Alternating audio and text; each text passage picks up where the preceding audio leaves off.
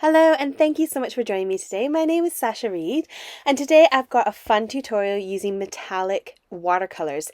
These are the Arteza metallic gouaches. Now I have seen loads of people using the Altenew metallic paints and I was like, oh, I really want them, I really want them. And then I remembered I have some. So I've got these which are on a much lower price point than the Altenew ones. You get 12 colors and I've just popped them in this empty half pan case here, which is also from Arteza. The other colors you can see are the normal gouaches, but I've just popped those metallic ones in that corner, or in that edge. Now I wanted to share with you because I've been having so many issues with these tins and trying to paint, but I've got these flaps hanging everywhere. And then all of a sudden I realized you can just pull the middle out. So I feel like such a muppet because I've been sat there going, oh, this is so hard to film with all these things getting in the way. But never mind.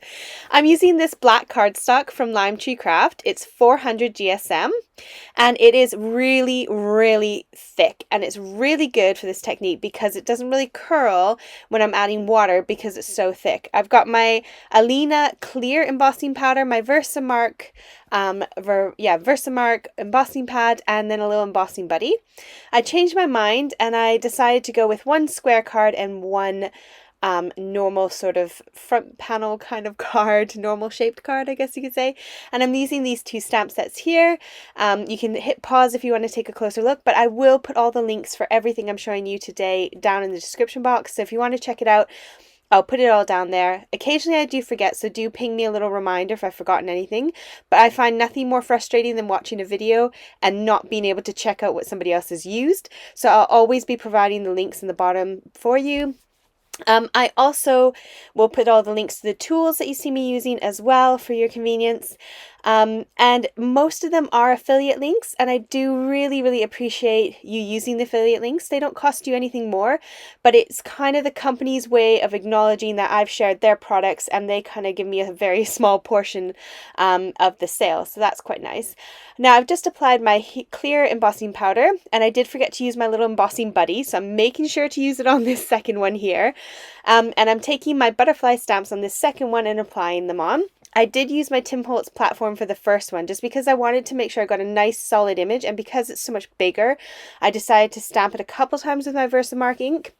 With the butterflies, I don't really need to because they're quite nice and easy going.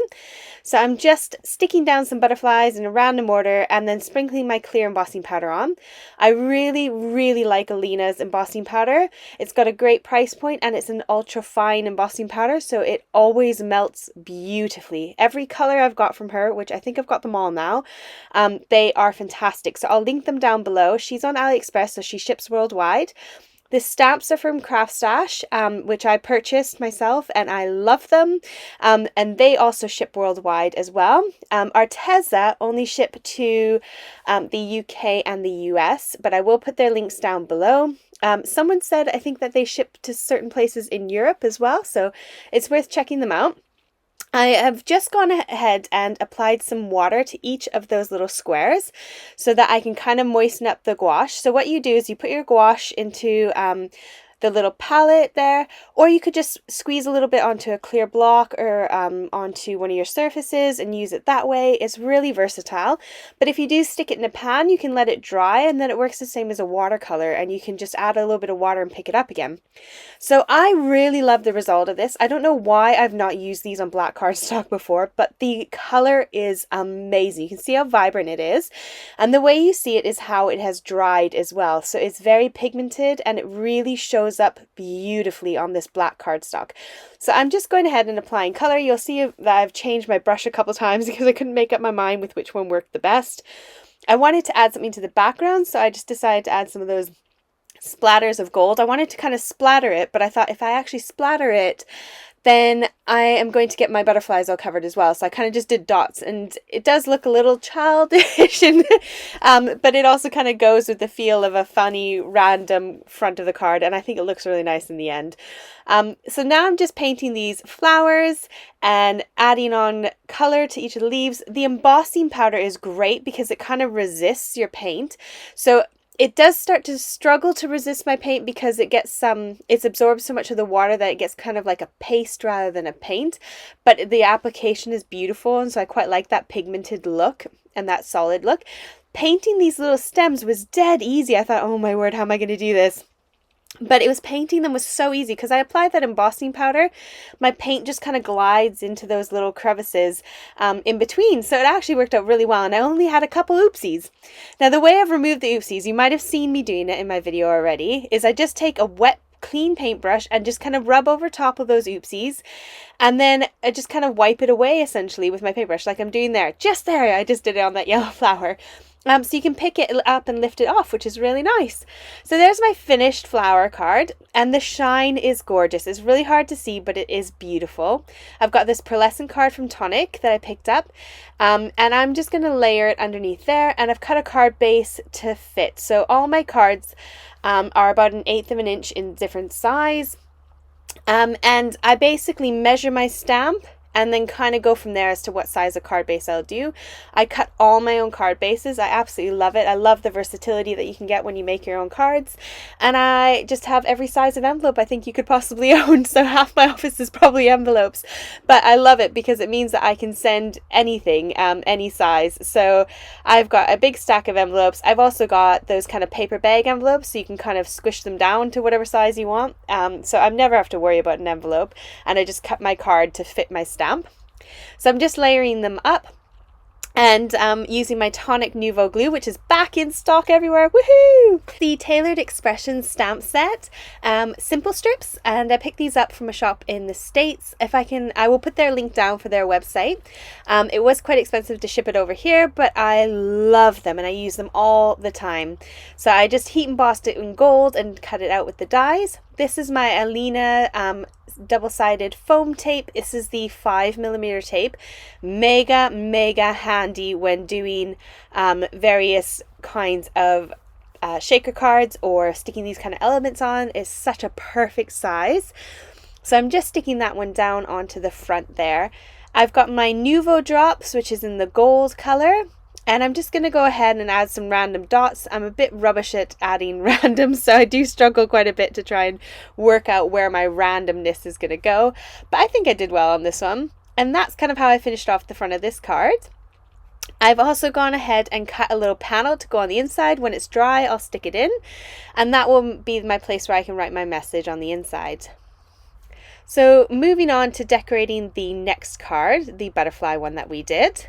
Again, I am layering it up. I'm adding on some gold foil to kind of go with my little gold theme of my gold splotches. And again, this is a card that I kind of cut. I think the end card was 4.5 by 4.5 inches. So I did cut my square panel to a nice, normal, decent size. And then I cut my layers to kind of fit that front panel. And I'm just adhering it to the back. I've got these dies from Alina's shop, and I love these dies. I love her word dies. I will link them down below. They are so versatile. You can cut the shadow or just the word. They're so much fun. And I've got this new sentiment stamp set, Sentiment Strips 2 from Altenew. And I'm really excited about it because you can cut out little strips yourself, just like the Tailored Expression ones. And I've got some more sentiments to use. This is my vellum. I take a sheet of Alina's double-sided A4 sticky back sheets, and I just stick the whole entire thing to one whole entire sheet of vellum cardstock, and then I keep it on my desk. So when I want to use little bits of vellum, like I'm going to do for the back of this hello, the shadow for the hello, I can just cut out a piece and cut it out of my vellum. So that was kind of my little tip and trick for vellum. It makes it so that you can apply your vellum and you don't see any of the adhesive because the whole entire thing is adhesive. I've die cut out of the same black cardstock 3 hellos and then one out of the gold foil, which is the same foil I used on the backing for my card, and I'm just stacking them up to give them a nice stacked look. And then to the right there I've got my vellum, which has got the sticky back on it, so it is see-through, but the sticky paper has got a yellow lining on it. So I'm going to go ahead and adhere that to the vellum. And then I'll just peel off that yellow backing, and then I can attach it straight to my card, and you'll see you can't see any adhesive. It's absolutely brilliant. Do make sure you check which way your card goes, because the amount of times I've stuck it down and got it the wrong direction. I decided to use It's Time to Party from the Altenew set and my VersaFine black onyx ink, or onyx black ink I should say. This is the best black ink I've ever found. It does take a little bit longer to dry because it is a pigment ink, but I love it and it works so brilliant for a nice clear black ink. I apologize there, I was trying to adjust my camera so you could see what I was doing, and then with my video footage being sped up, it kind of makes you feel a little dizzy, doesn't it? So again, I've gone ahead and cut out a little sentiment strip to go underneath the hello, and I'm just going to take Alina's foam tape and just chop it in half. It cuts really nicely with my Tim Holtz non-stick scissors, and then I can go ahead and apply that onto the back, and I won't have any of that foam tape showing out the sides. So this finishes off this card here, and I love how they both turned out. So I do put a panel on the inside so you have somewhere to write. Again, I'll link everything down below, and this finishes off both my cards. So I hope you had fun, and I hope you enjoyed seeing how this metallic paint works on the black cardstock. And I do hope you subscribe and hit that bell button, and I look forward to seeing you next time. Bye for now.